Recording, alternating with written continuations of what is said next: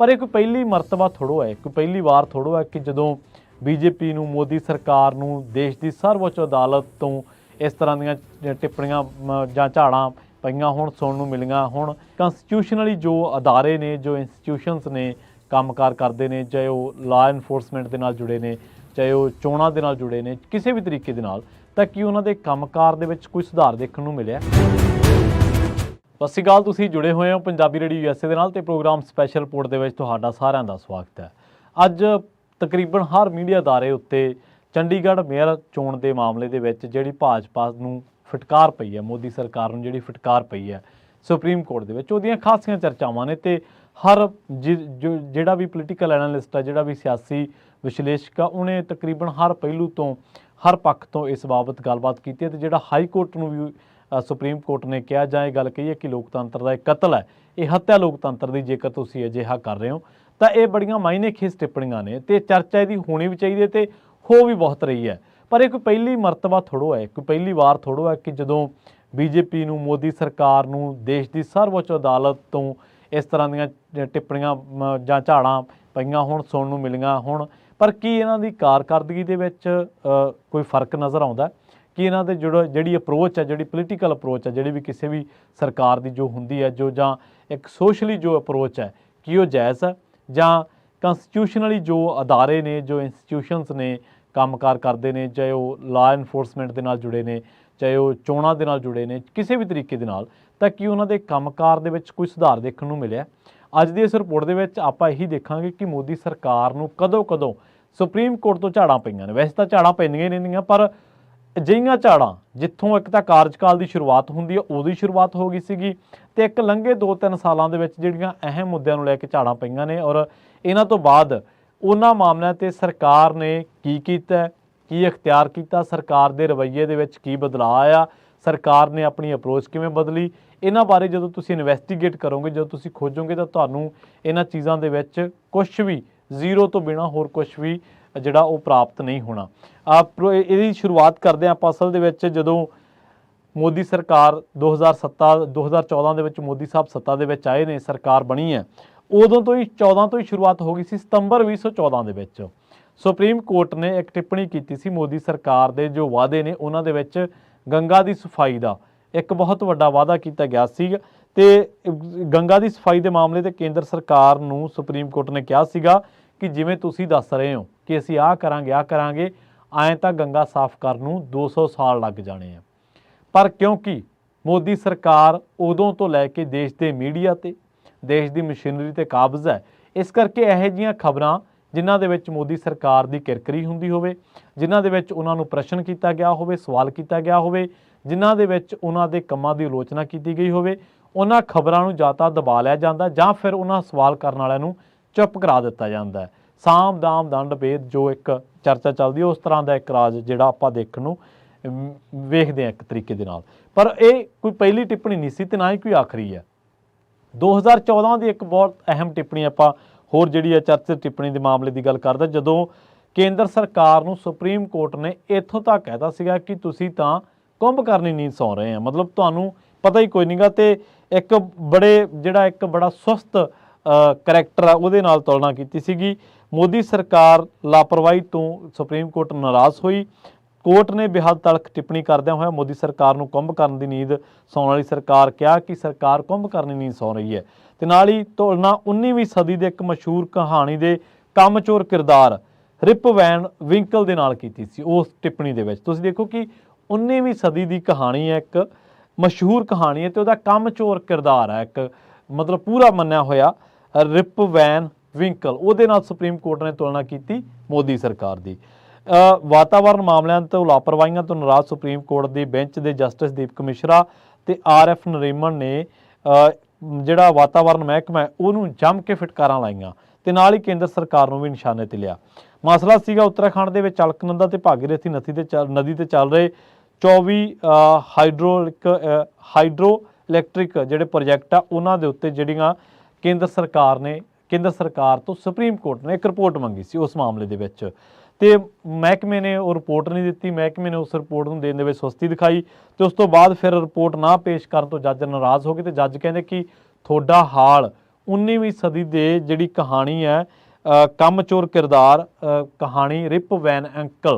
Ankle Winkle ਮਾਫ ਕਰਨਾ, ਉਹਦੇ ਵਰਗੇ ਤੁਸੀਂ ਹੋ ਗਏ। ਤੁਹਾਡਾ ਜੀ ਨਹੀਂ ਕਰਦਾ ਕੰਮ ਕਰਨ ਨੂੰ, ਤੁਹਾਡਾ ਭੋਰਾ ਵੀ ਇਸ ਮਾਮਲੇ ਦੇ ਵਿੱਚ ਨਾ ਕੋਈ ਸਰਗਰਮੀ ਨਜ਼ਰ ਆਉਂਦੀ ਹੈ, ਨਾ ਕੋਈ ਚੁਸਤੀ ਨਜ਼ਰ ਆਉਂਦੀ ਹੈ, ਤੁਹਾਡਾ ਦਿਲ ਹੀ ਨਹੀਂ ਕਰਦਾ ਕਿ ਤੁਸੀਂ ਕੰਮ ਕਰੋ। ਸੋ ਕੁੰਭਕਰਨ ਨੀਂਦ ਤੋਂ ਬਾਅਦ ਇਹ ਜਿਹੜਾ ਟਿੱਪਣੀ ਆ ਉਹ ਕਾਫੀ ਚਰਚਿਤ ਹੋਈ ਸੀਗੀ, ਤੇ ਦੋਨੇ 2014 ਦੀਆਂ ਟਿੱਪਣੀਆਂ ਨੇ। ਉਸ ਤੋਂ ਬਾਅਦ ਫਿਰ ਆਪਾਂ ਲੰਘੇ 2-3 ਸਾਲਾਂ ਦੀ ਗੱਲ ਕਰ ਲੈਂਦੇ ਹਾਂ, 2021, 22, 23 ਦੇ ਵਿੱਚ।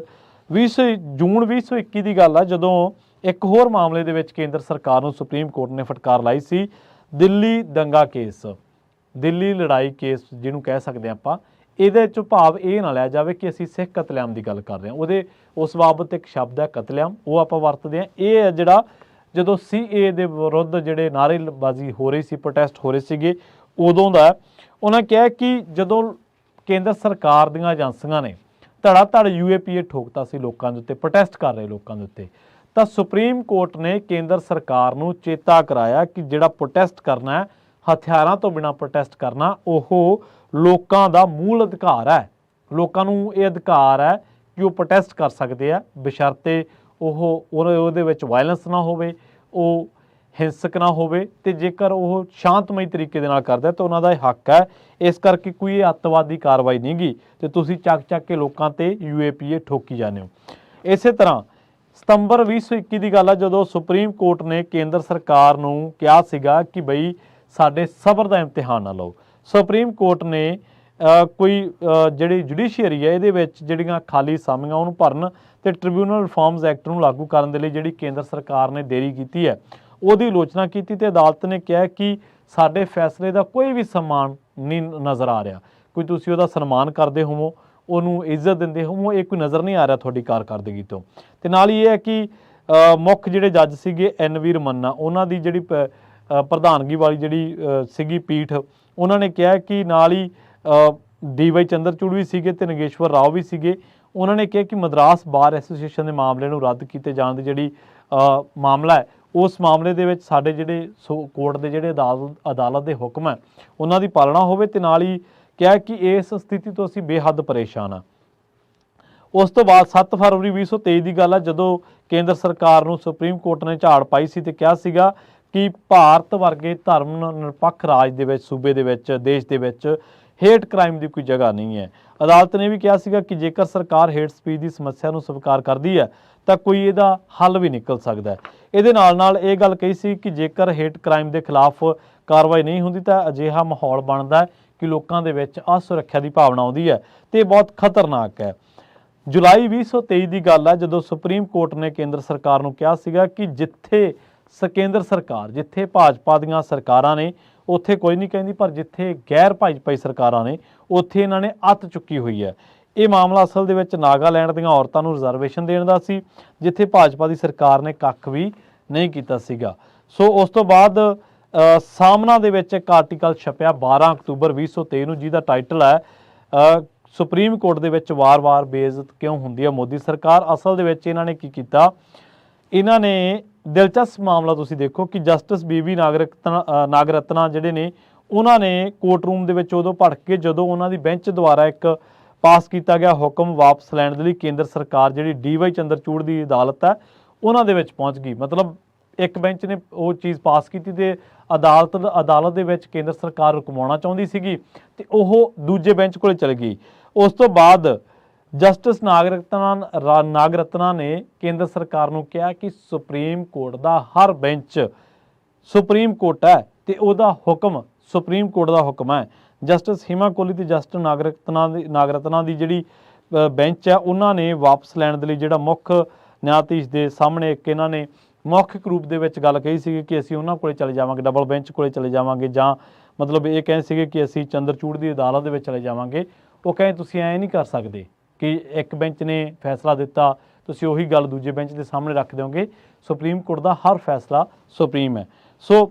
ਸੁਪਰੀਮ ਕੋਰਟ ਦਾ ਮਤਲਬ ਜੇ ਆਪਾਂ ਸਮਝ ਗਏ ਤਾਂ ਸਿਰਫ ਝਾੜ ਪਾਉਣਾ ਨਹੀਂ ਰਿਹਾ, ਇਹਦਾ ਮਤਲਬ ਇਹ ਸੀਗਾ ਕਿ ਉਹ ਕੰਮ ਜਾਂ ਕਾਰਾ ਸਰਕਾਰ ਦਾ ਜਾਂ ਕਦਮ ਸਿਰਫ ਗੈਰ ਇਖਲਾਕੀ, ਗੈਰ ਜ਼ਰੂਰੀ ਨਹੀਂ ਸੀ, ਬਲਕਿ ਉਹ ਜਾਂ ਤਾਂ ਗੈਰ ਕਾਨੂੰਨੀ ਸੀ ਜਿਹਦੇ ਮਾਮਲੇ ਦੇ ਵਿੱਚ ਝਾੜ ਪਈ, ਜਾਂ ਗੈਰ ਸੰਵਿਧਾਨਕ ਸੀ, ਜਾਂ ਕਈ ਮਾਮਲਿਆਂ ਦੇ ਵਿੱਚ ਸਰਕਾਰ ਨੇ ਆਨਾਕਾਨੀ ਕੀਤੀ ਚੁਸਤੀ ਨਹੀਂ ਦਿਖਾਈ, ਸੁਸਤੀ ਦਿਖਾਈ। ਇਸੇ ਕਰਕੇ ਸਰਕਾਰ ਦੀ ਤੁਲਨਾ